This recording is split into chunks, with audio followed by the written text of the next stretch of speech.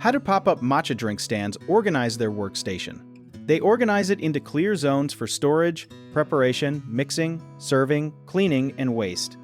The most important idea is to arrange the stand in the same order that a drink is made, so each step flows naturally from left to right or from back to front. Dry supplies such as matcha powder, sweeteners, cups, lids, straws, napkins, and tea whisks usually go in labeled containers where staff can reach them quickly. Cold items, including milk, ice, and prepared syrups, stay in a cooler or insulated container close to the mixing area. The center of the workstation is often the preparation zone, with a small scale, measuring spoons, a sifter, a bowl, and a whisk or electric frother.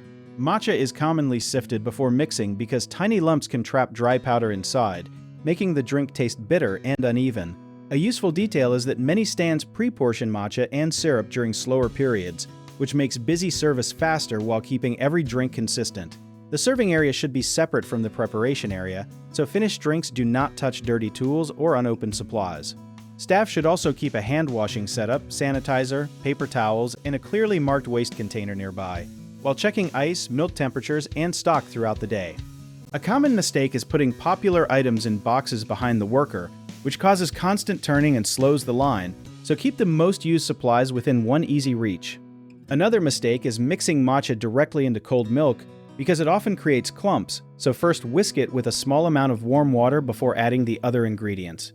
Some stands also place clean cups beside used tools, which can spread spills or germs, so keep clean and dirty zones physically separate and wipe the work surface often. If you enjoyed the video, check out our online resources that can really help get your business started in the description below.